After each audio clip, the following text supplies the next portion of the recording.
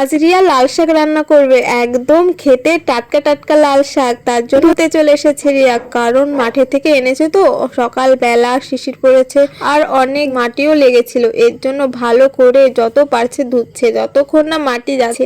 যেমন তেমন ধোয়া ও খায় না, ও সবকিছু একদম ভালো করে পরিষ্কার করে ধুতে লাগে। আর দেখো আমাদের কলের ধারটা একদম শ্যাওলা পড়ে গেছে, এটাও পরিষ্কার করতে হবে। রিয়ার যে কত কাজ করতে হয়। মৌসুমী হালদার দিদিভাই লিখেছে, তোমার বাড়িটা কোথায়? তোমার ভিডিওগুলো আমি দেখি, সবই ভালো লাগে। গাজলবাড়ি না গঙ্গারামপুর? আসলে দিদিভাই আমার মালদা ডিস্ট্রিক্টে বাড়ি নয়, আমার বাড়ি হচ্ছে নদিয়াতে।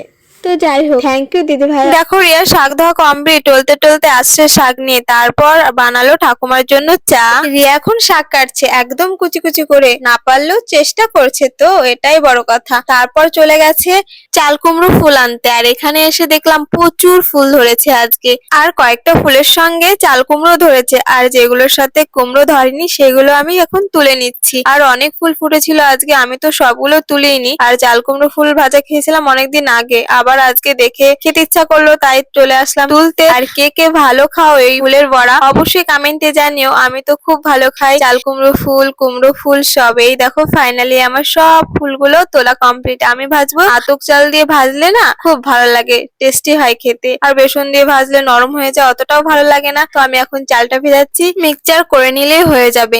আর আমি লাল শাক ভাজবো রসুন দিয়ে, তাই ঠাকুমা দিচ্ছিল আমাকে। তো আজকে আমার সকালের মেনু ছিল লাল শাক ভাজা রসুন দিয়ে, চাল কুমড়ো ফুলের বড়া, আর তার সঙ্গে ডিম, মানে ডিমের তরকারি। তো ভিডিওটা কেমন লাগলো অবশ্যই জানিও। আজকে ভিডিওটা বেশি বড় করলাম না, টাটা, দেখা হচ্ছে নেক্সট ভিডিওতে।